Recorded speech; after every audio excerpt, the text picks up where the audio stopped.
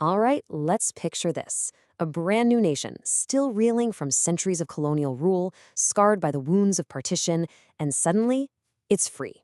But you know what? Freedom was just the first step. The real test, this absolutely monumental task, was just getting started. So, how do you even begin? How do you write the destiny of a new nation on a totally blank page? I mean, we're not just talking about laws and rules here. This was about creating an identity, a soul, for hundreds of millions of people. Think about that pressure. The stakes were, well, they were astronomical. Nothing less than the future of 1/6 of the entire planet. So let's get into the story of how that blank page was filled and how that destiny was written. Okay, so let's talk about the road to the assembly. You see, this idea of a constituent assembly, a group of Indians writing their own constitution, it didn't just pop up out of nowhere. No way. It was a dream they fought for, a demand that grew louder and louder over decades of struggle. So let's trace how this happened. The whole thing starts as this kind of radical spark back in 1934 from a guy named M.N. Roy. Just a year later, boom, the Indian National Congress makes it their official demand. The British government kind of sorta agrees in principle in 1940 with something called the August Offer. But it wasn't until 1946, with the Cabinet Mission Plan, that the assembly finally actually became real. Think about that. A 12-year fight just to get to the starting line. 389. That's the number. That's how many people were chosen to represent all of undivided India. Folks from the British provinces, from the princely states, all of them with this one single historic job to do. But here's the thing about that number. It's not the full story, not by a long shot. All right, let's go to that first fateful day, December 9th, 1946. Imagine you're in the Central Hall of Parliament. This is it.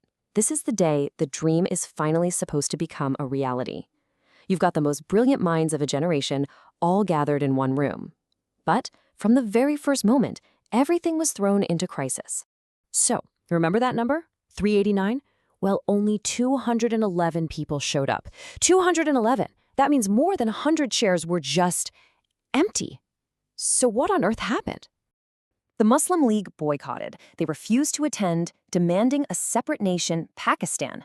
So just think about this. The monumental task of building one unified nation had to start under the shadow of its own division. The stakes just went through the roof.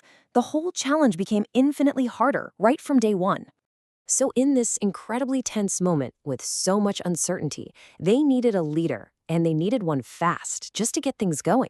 And the person they chose as the temporary president was Dr. Sachchidananda Sinha.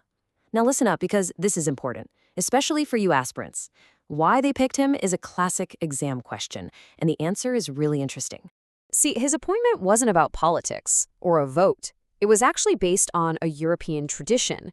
They followed the French practice, which is to appoint the oldest member of the assembly as the temporary leader. Simple as that. Dr. Sinha was chosen because he was the most senior person in the room. This is one of those specific little details that examiners absolutely love to ask about, so remember it. Okay, so with a temporary leader in place, things started moving. The assembly's next job was to set up its permanent structure, and, just as importantly, figure out its core philosophy. You know, the very soul of the Constitution they were about to write. So just 2 days later, on December 11th, they elected their permanent president, Dr. Rajendra Prasad. But here's another one of those interesting details to notice. The assembly didn't have just one vice president. It had two, H.C. Mukherjee and V.T. Krishnamachari.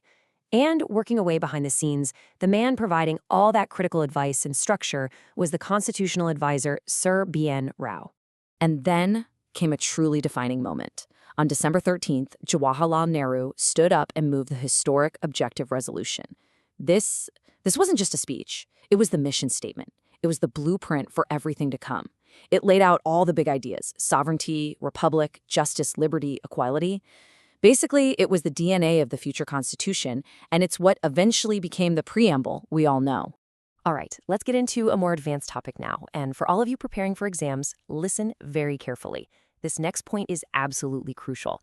It's something that trips a lot of people up, but if you get this, you'll have a real edge. The Constituent Assembly actually had a dual role. It wore two different hats, so to speak. Okay, here's how it worked. On some days, the Assembly would meet as the constituent body. Its only job? To draft the Constitution. And on those days, Dr. Rajendra Prasad was in the chair. But on other days, the very same group of people would meet as the legislative body, acting as India's very first parliament, making day-to-day laws. And when they did that, the person in charge was G.V. Mavlinkar. It's the same people in the same hall, but with two totally different jobs and two different chairpersons. This is the key takeaway, because this dual role was the ultimate proof that the assembly was truly sovereign. So, with the foundation laid, the real race began. And believe me, this was not a sprint. This was an intellectual marathon on an epic scale. A grueling, painstaking race to turn the abstract idea of India into a concrete reality. 2 years, 11 months, and 18 days. Let that sink in. For nearly 3 years, over 11 different sessions, these members debated, they argued, they perfected every single clause. They looked at the constitutions of almost 60 other countries to figure out what would work for India. All that effort resulted in the longest written constitution in the entire world. I mean, the dedication it took is just mind-boggling. And then, finally, the marathon was over.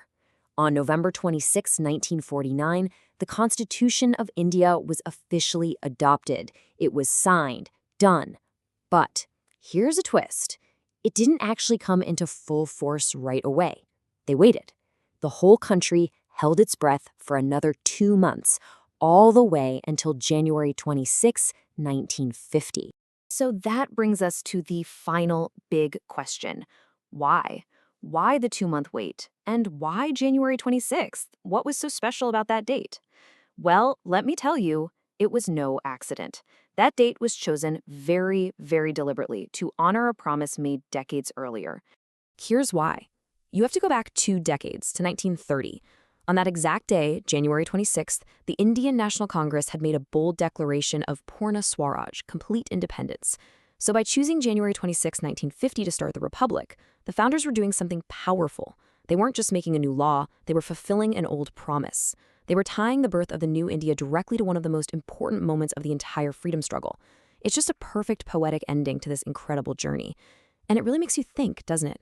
What does that one deliberate choice tell us about the true spirit of the Constitution itself?